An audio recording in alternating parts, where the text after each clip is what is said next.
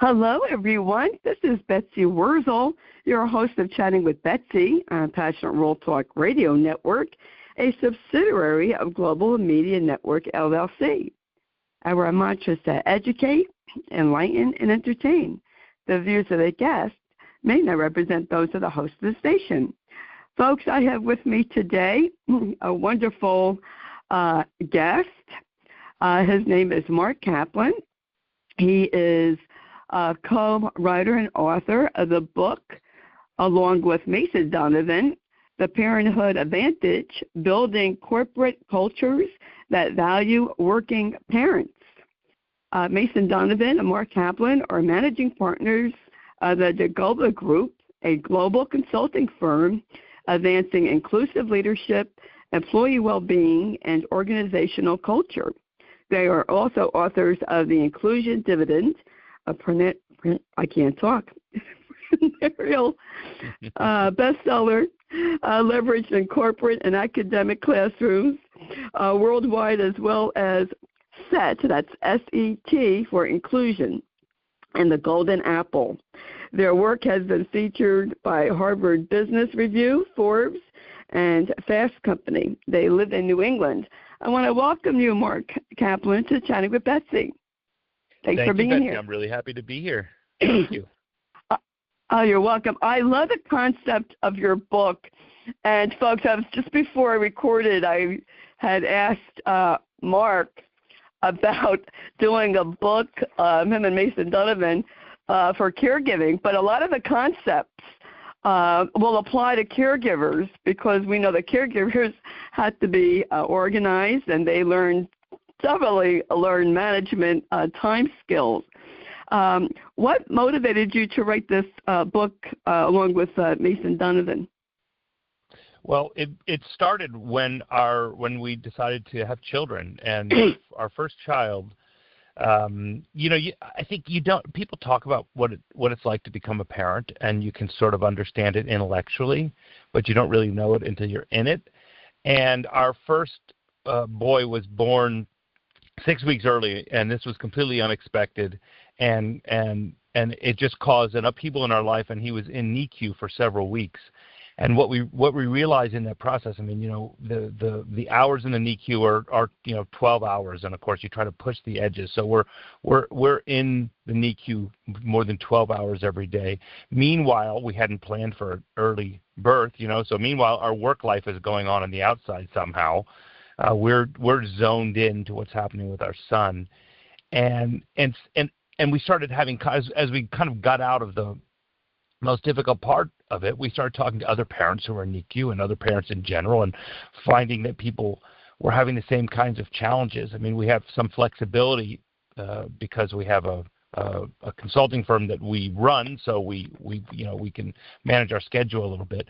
But we started to talk to people, and here's some of the things that we talk about in the book, which is just what it's like to become a parent, how it changes you, and what kind of support you need. It's hard, I think, sometimes to get your hands around everything that's involved with being a parent. So, and I think that's true for caregivers too, right? Parents are a subsidiary group under the broader umbrella of caregivers. So as we started to step back and get a little bit more distance, and our son was out of NICU and we were focused on other things as well, then we were able to say, there's something here that we need to write about. And given that our business has focused on inclusion more broadly, these sorts of issues, these kinds of conversations we've had in our clients, right, about how are you dealing with new parents, how are you supporting new parents, how are you supporting particularly new mothers, because it's certainly a different experience for women becoming parents than it is for men, and we can talk about that a bit if you'd like. But so we started to have these conversations, and very quickly we saw that there was something that needed to be done here, and a conversation that needed to happen. That is so true, Mark. And it's just by coincidence, in September I interviewed someone who also had a sick child in the neo-intensive care unit, and she told about her experiences. And you need support at that time. Parents who have a sick child need support. They need support not just from their family, but I believe from their employer. Yes. And this is really important. And I know, like with the Family Leave Act, it doesn't apply to all workplaces. When my husband was sick, when he was dying, my place, because it was small, did not have the Family Leave Act. My son's place was small, didn't have the Family Leave Act. Thankfully, they worked with Josh so that they allowed him to work in the morning and not in afternoon, and they were very understanding. And with new parents, especially new parents of a child that has sickness and illness, special needs, some companies aren't as understanding. Are you finding in your research that you did, and you could go into detail with that, are companies more understanding now in 2025 going into 2026? Yeah, I think I would say that there has been a good change, particularly over the last maybe decade or so. But our research showed that there's really a lot more opportunity. I mean, you mentioned FMLA. We're the only country, I think, among 41 developed countries, we're the only one that has no paid leave, which is just remarkable, right? So there's lots of room from where companies are now. I mean, and we did a lot of research just in the normal way people do research, getting on Google and just starting to just find studies and find information. But we also had a lot of conversations, both formal interviews and informal conversations with a ton of new parents and parents parents reflecting on their experience. And so, what became obvious to us was that we needed to flip the way companies thought about this issue, right? Because I think for the most part, companies, when they think about their employees becoming parents, and by the way, 80% of employees will become parents at some point in their job, right? So this is not a rare event; it's a common event.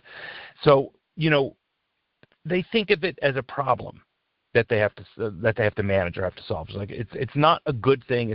It's just seen as a problem that has to be managed by companies. Now they wouldn't necessarily say that, right? But when you look at what companies do and how they approach it, that seems to be the general approach. You think of a manager, one of his employees comes and says, "Hey, I'm about to become a parent." Particularly if that's a woman, she says, "I'm pregnant. I'm going to have a baby in 6 months."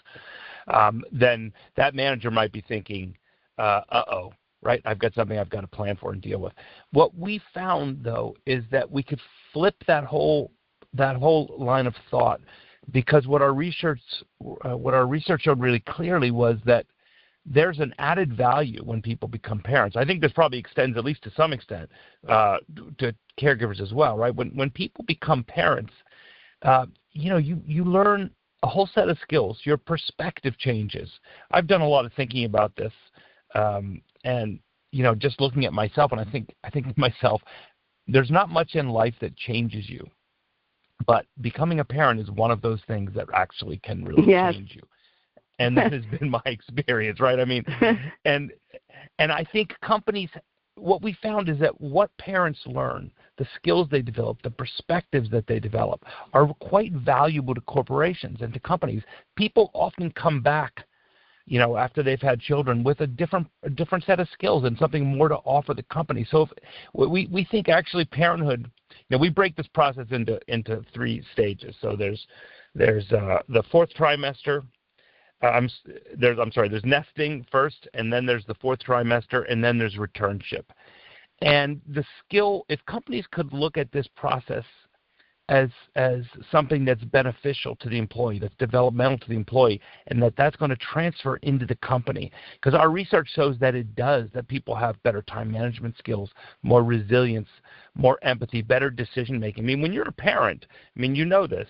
When you're a parent, yes, you're making all kinds of decisions all the time. You're doing planning. I mean, we can't go anywhere with the kids. You take the kids to the grocery store. You have to think through everything that you're doing. Do we have the diaper bag?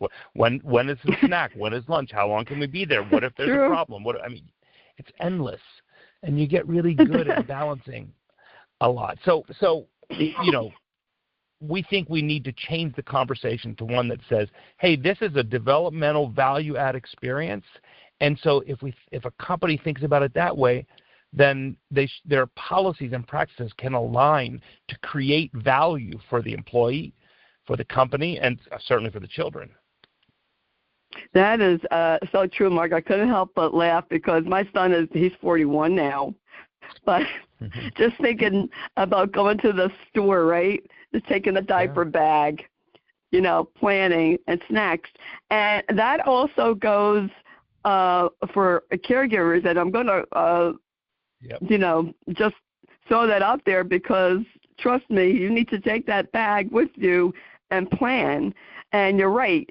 Being a parent does change you because you have to have time management, especially if you're a working parent, and do a juggling act, right, and getting all your chores done, your priorities straight.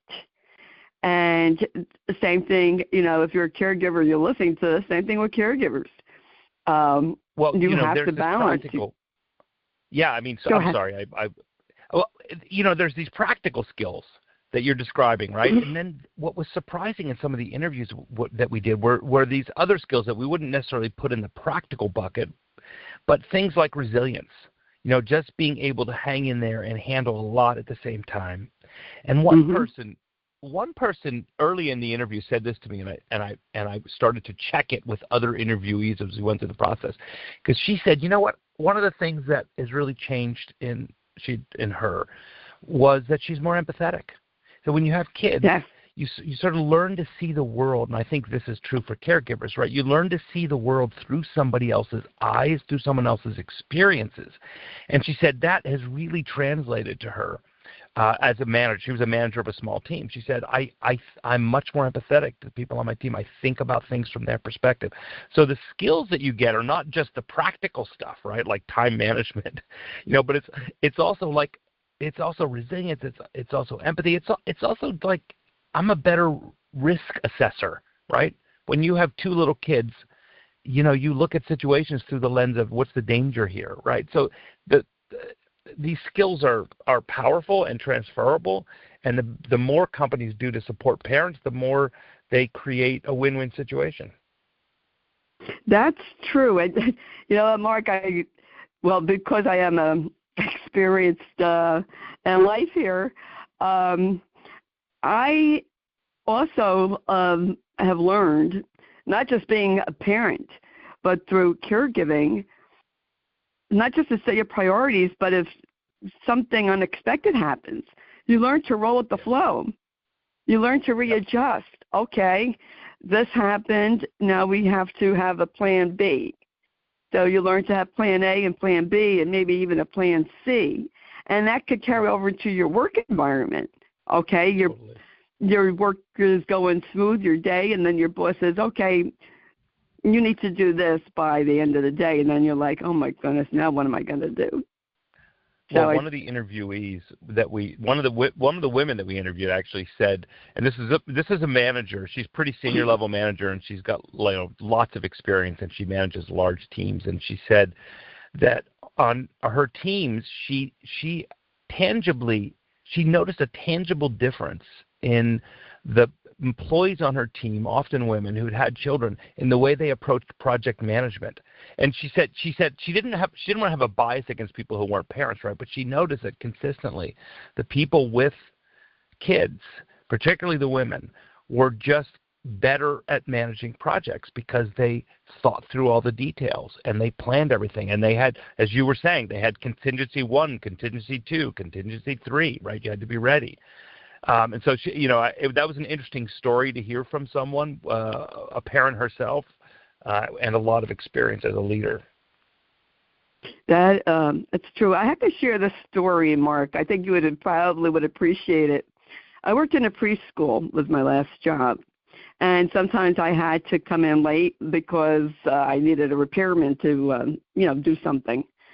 And one time, the owner didn't know me at that time, and she gave me a problem, and I told her a situation. Well, later on, a couple of years later, I worked with her, and she got to know me, my situation, and it turned out that her mother needed care, and she became much more understanding.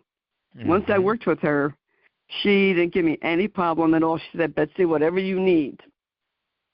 And did that make you a better employee or a worse employee? Yeah. That's a rhetorical question, right?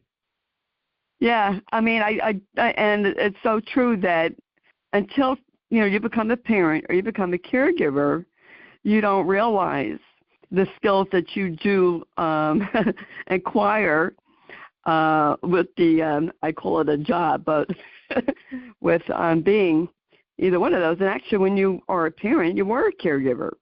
You were a caregiver for your children. Yeah. Well, I think you're also talking about trust. Yeah, well, and you're talking about the relationship with your employer, right? So you're talking about trust. We were on a podcast recently with a woman whose specialty is studying trust in the workplace.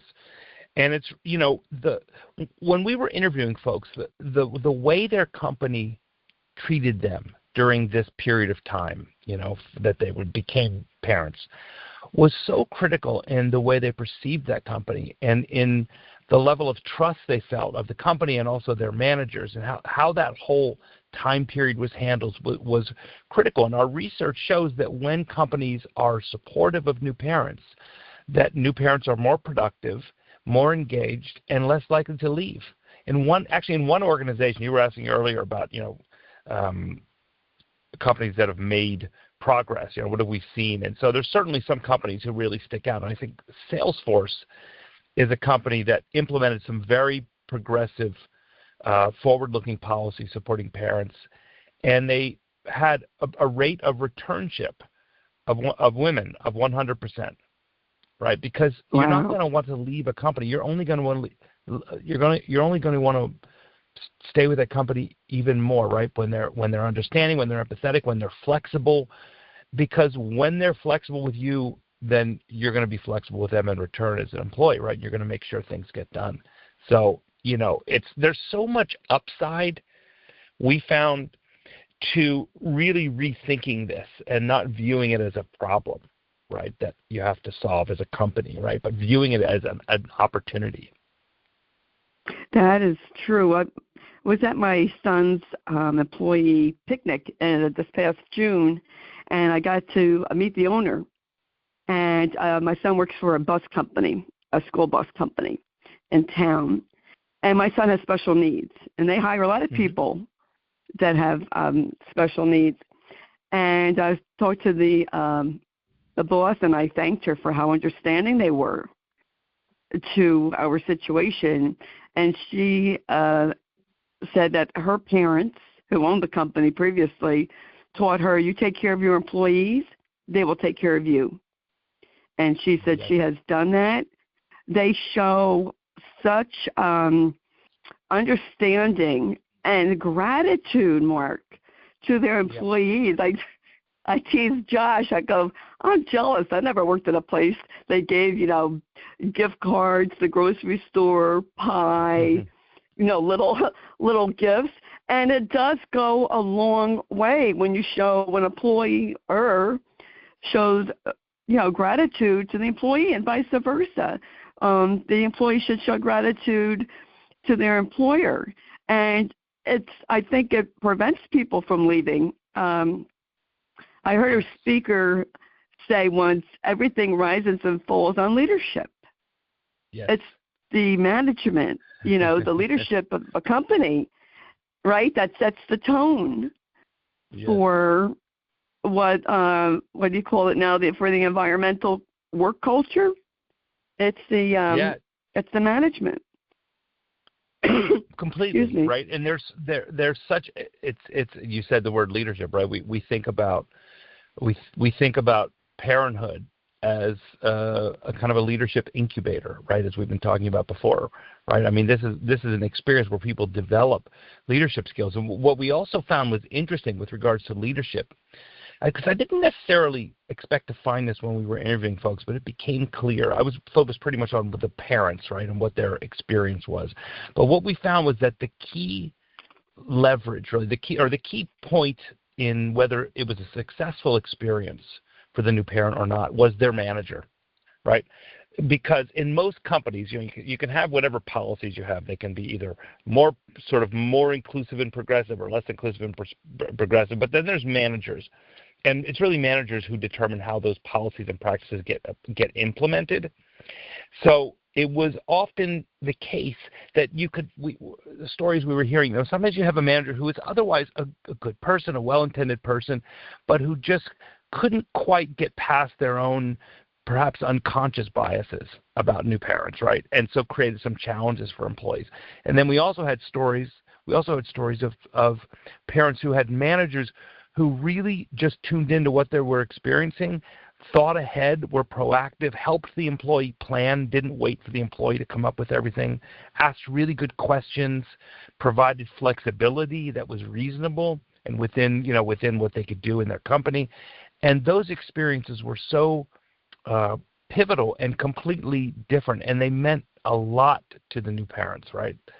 That period of time, as you know, that fourth trimester and that returnship period in that year after you return to work, I mean, that's a really tender time. Yes. Having a baby is life-changing. And when companies respond well to that, when leaders respond well to that, when they're empathetic, it makes a huge difference. It certainly does. I have to ask you this, Mark. I want to hear your viewpoint as a father. When did you ask for leave, and how is that looked on in a company when a man asks for parental leave or to take time off to help take care of the children? Yeah. Well, in our case, we own the company, right? And we're a global right. consulting firm, kind of a boutique. So we didn't,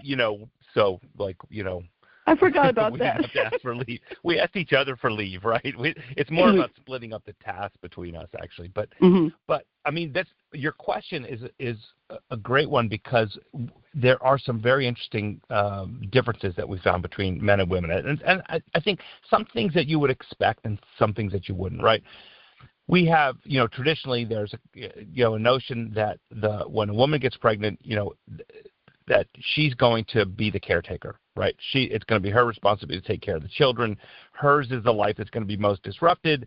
And the man is, there in a sort of an assistant role, so to speak. Now, I'm not saying that's reality, but I think that those perceptions are longstanding. And so that translates into what happens inside of companies, right? Mason was at I think he was talking to one of his doctors, actually, and they were talking about the book. And this doctor said that his wife had been in a meeting in her company where the senior manager was managing the meeting, and there was a male employee that wasn't there. And so he said, so where is, Joe? Let's just make up a name, Joe. And she said, well, he just had a baby on Wednesday. And so the manager looked at her and said, well, this is Friday. He had a baby on Wednesday. Where is he? Right? So that story kind of captures, I think, some of the perceptions. And it shows up in the data also. And in terms of, there's one study that showed that for every child a woman has, her salary goes down 4%. Now, not that someone comes in and says, okay, she just had a baby, so we're going to drop her salary by 4%. But statistically, that's what happens. When a man becomes a father, his salary goes up 6%. So the perception we found is often that when a man becomes a father, he's viewed as now more stable, more responsible, and likely to be more committed. But the other assumption there is that there's a woman, a wife, a mother who's taking care of the children and taking the bulk of that responsibility, right? So that sort of motherhood penalty and fatherhood bonus that I've just described, that's ever present and still present in most companies. Now, the other thing that's happened, though, is that our society has begun to change, right? The policies that most companies have are much more inclusive of men. So men are now, under policy, able to take, in many cases, almost as much break as women when they become parents, right? So what's interesting about that is while those policies have really changed for the better, in my view, and are present, and increasingly men want to take advantage of them, But when they look at their companies, they often find that the senior level men are not doing that. And so we heard a number of men in our interviews talk about how they looked around the policies, they wanted to take 10 or 12 weeks, right? And they looked around, but they didn't see a lot of other men doing it. And there was, there's also some data that shows that when men actually take the full break that they're entitled to, take full advantage of those more progressive policies, they get dinged for that. So, I think this is part of the way change happens, but it's unfortunate, right? We want to shift the motherhood penalty and the fatherhood bonus, and frankly, we want to extend the fatherhood bonus to everybody, not just to men. But this is going to require some role modeling among managers and among leaders in companies, so that people who want to really fully engage in the process of becoming a new parent don't lose something from their career when they do it. Yes, that's very important. When I had my son, my husband took a week off. He was supposed to help me. It wasn't much of a help, Mark. Well, right, but he that was pretty much 41 years ago. That was standard, wasn't it? Yeah. That was, and even the way people, view, fathers taking care of their kids, and I'll just give you a brief story. My mom was born in the 30s, so of course the mindset, the woman, the mother takes care of the kids.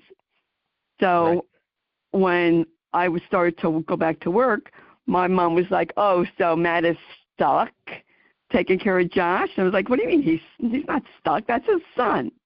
When my brother had a child, it was, "Oh, your brother's such a good father. He's taking care of his daughter." Right.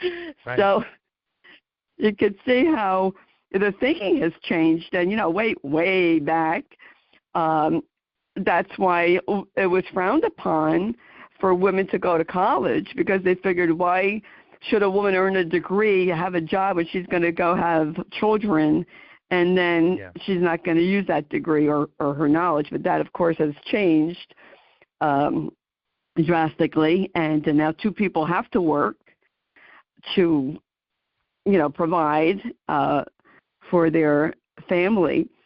What can employers do to make the transition of, saying that you're expecting and taking that time off? How can managers make that easier for the employee? There's a number of ways, and we talk about all this in the book. What we think should happen is when somebody has decided to become a parent and tells their companies. By the way, men tend to tell right away. Women tend to wait as long as possible because of what we've just been talking about. But when they decide to tell their employer, that should kick in an automatic process. It shouldn't be at the discretion of the manager per se, or the individual manager. There should be a process of planning, right? They should sit down, they should have a conversation about it, and they should begin to start a planning process that begins as soon as possible, and the employee and the manager can go back and forth. They can look at the policies and make sure that they understand what the boundaries are of what's possible, and start a planning process and the planning process should be broad, right? It should include how much time do you want off, obviously, right? How much time do you want to take with your kids? That could change over time, right? But at least as a starting point, how are we going to manage workload when you're out? Let's plan that together. What sort of communication do you want? This is actually critical, right? An employee should think. Who's in this planning should be done by the employee and with the manager, right? It should be an ongoing process. That employee should be thinking about what kind of communication do they want to have. For some people, that could mean everything from don't contact me while I'm on leave unless there's something I absolutely have to know, to someone on the other end who say, yeah, you know what, maybe we should have weekly updates so I could stay tuned in. People and what your preference is before you have a child may change dramatically when you actually have that job, right? But that should be part of an ongoing conversation. And then when we get to returnship, we think companies need to be as flexible as possible. We heard from a number of new parents that that flexibility in terms of how do I return. It's not like the light switch goes off when I leave on my leave, and then I come back in and I turn it on and I'm doing it's the same schedule that I had when I left, right? It's like nothing ever changed. A lot of parents talked about wanting to have some flexibility. Maybe for the first couple of weeks they come in part-time. Maybe there's some hybrid work where they can do some work at home and come into the office, at least for a period of time, so that they ramp back up. That's going to make them ultimately more effective. Because imagine, for myself, I can't imagine just going back to work full steam at some point in time, 3 or 4 or 5 months after having a kid. Like, you want to ramp that up. You're going to be more effective if you can move into that slowly. So we think those kinds of policies, also policies and practices that support parents to get them some mentoring and some coaching, right? In some companies, there's employee resource groups of both caregivers, which you're probably familiar with, but also in some cases new parents. Make those available to employees so they can find a mentor or a coach or somebody who can sort of help them understand what this process might be like, right? We actually, some of our services include offering direct coaching to new parents and also to managers of who have employees on their team who are becoming parents. So you need to provide that kind of support, maybe some education and training, both for the parents and managers. So that's I think a company wants to have a robust set of policies. They want to be as flexible as possible. A few of the people we interviewed talked about how this, these are couples where they decided that, okay, the woman who's having the baby is going to take maybe a total of 16 weeks. The man is going to take also 16 weeks or maybe 12 weeks, whatever his employer would offer, but he's going to split up that leave. So he's going to take 4 weeks at the beginning so that he can be there with his new child and his wife. And then she's going to stay on leave and he's going to go back to work. And then when she goes back to work, he's going to take the rest of his leave. So that way, the one parent with a child time is extended to something more like 6 months. We heard all of those kinds of stories. So the more that companies can be creative and think outside the box and provide both support and flexibility, then this whole process is just going to be more effective for everybody. That's true. I think since COVID that the workplace has changed, the old 9 to 5. I don't think it's sustainable anymore. I think, and I'm not a business, person at all. It's just with the generations now of, you're a parent and a caregiver, they need more flexibility. And I think, working at home, if you're able to have a job where you work at home, gives them more flexibility. Do you see a change in that, Mark, in the working hours, the flexibility in the workplace that does help parents and or caregivers? Yeah, I mean, I think we learned a lot of lessons in COVID. It all happened quickly, so it took some time to sort it out. But I think there is a trend towards more flexibility. I think a lot of companies are also saying, because people tended to go from one end to the other. I'm always in the work. Now I never want to come to work. I want to do everything virtually. I think some companies are saying that's not what we want. Yeah. Right? So they're experimenting with hybrid relationships. So I think now that we've got a few years of distance and a chance to integrate, what really works about remote work and what doesn't, what does a hybrid a relationship look like where you're sometimes in the office and sometimes virtual? I think companies are much more flexible and much more, frankly, capable to be flexible now. And I think that's everything bad that happens, there's always a learning, right? That's, I think, one of the learnings that came out of the pandemic when it relates to the workplace. How long did it take you to do your research for your book?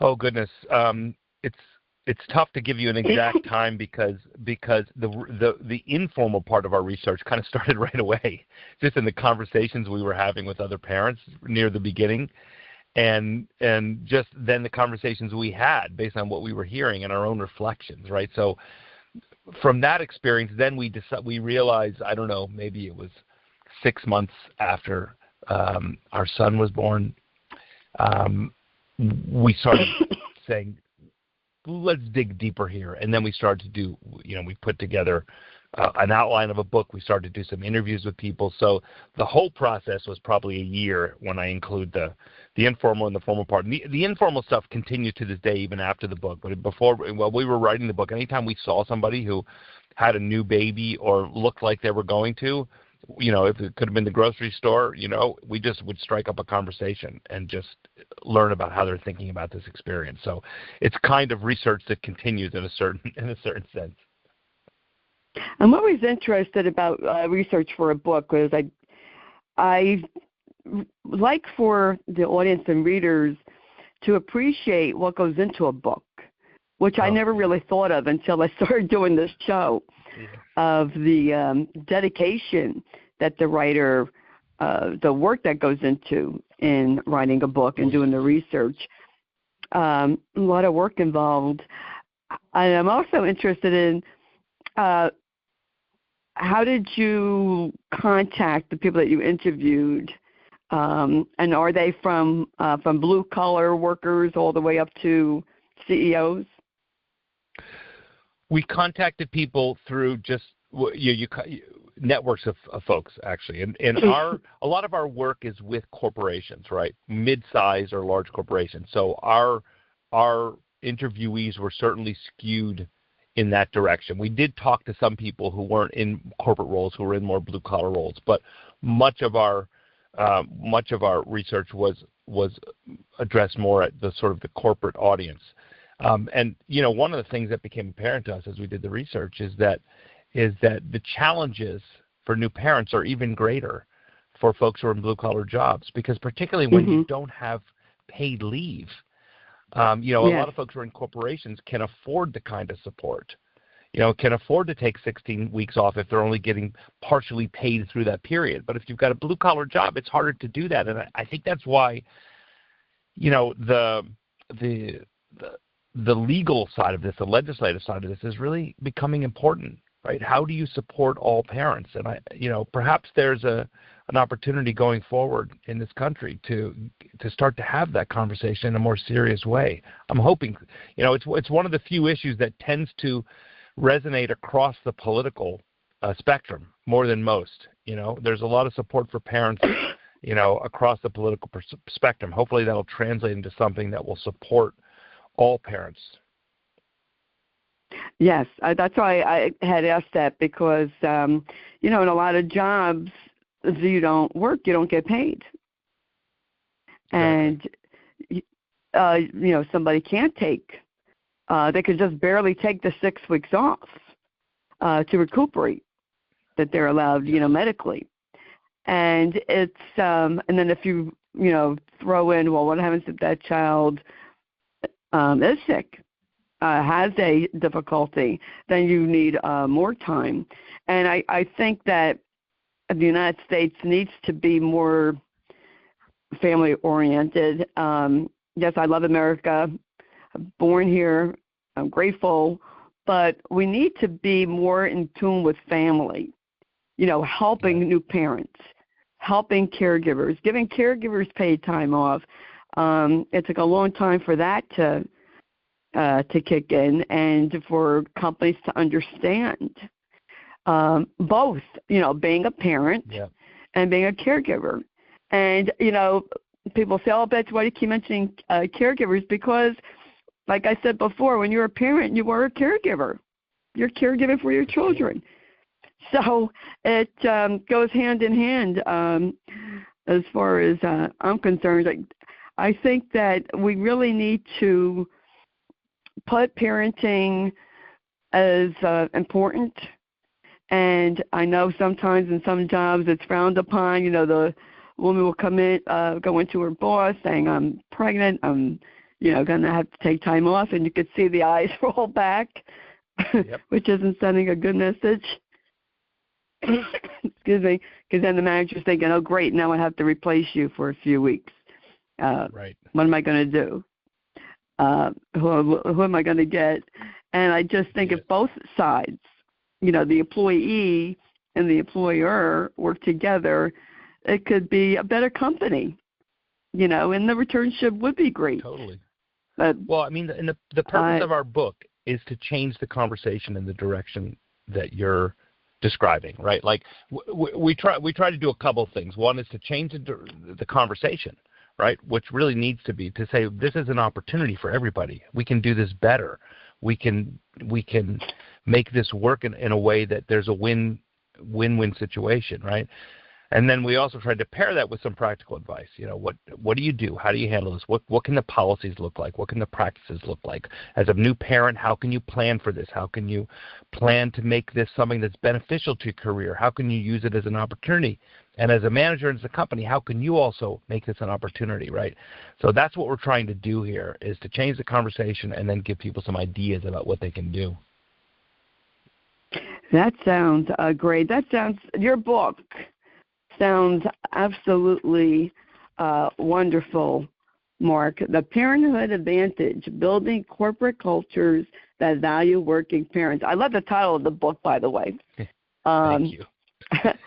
It's very eye-catching. Where can people purchase the book, Mark?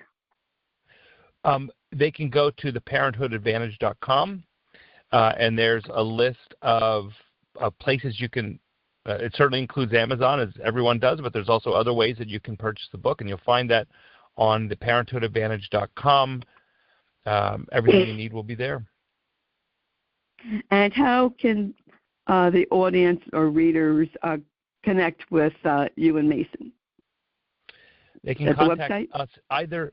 They can contact us. Yeah, they can go to the website, but they can also just email us at info@thedagobagroup.com. Dagoba, Dagoba, or info@theparenthoodadvantage.com. Okay. And thank you. It sounds like a very interesting book, a much-needed book. That's for sure, for employers and employees to both read, because employers and employees both need to work together. And I think it really helps the workplace environment tremendously. And I've interviewed CEOs of companies and people who wrote books about, environmental, a workplace environment.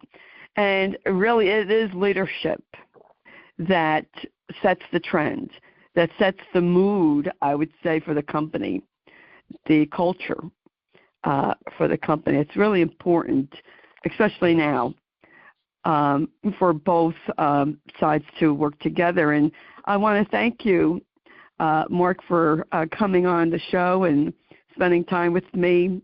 And I appreciate you and Mason writing the book. Folks, Mason Donovan was supposed to come, but he was needed somewhere else. And I wish you the best in the book. And it sounds like a great gift. I actually recommend this book to anyone who's going to be a parent and anyone in the workplace, the manager, CEO. This is an important book to have in your library. Thank you so much, Betsy. Thank you very much. You're welcome. My pleasure. Excuse me. And all the information about Mason Donovan and Mark Kaplan will be in the blog that Jeannie White writes, who's the manager and produces the show. And I want to thank Lillian Caldwell, who's CEO of Passion World Talk Radio Network, that makes this all possible. And I want to thank Lissa Warren of Lissa Warren PR, who arranged this interview. Thank you, Lissa. And I want to thank you, the listeners. Thank you for listening. Please share the show to help other people who are parents. Here's a resource that is wonderful information. And I want to encourage you all, if you don't already subscribe to Chatting with Betsy, it is for free. I'm on Spotify, Spreaker, iHeart, and Amazon Music, just to name a few. And I thank you all for listening today. And as I always say, you can follow me on Facebook, Betsy E. Wurzel, W-R-Z-E-L. And in a world where you can be anything, please be kind and shine your light bright, because we need it now more than ever before.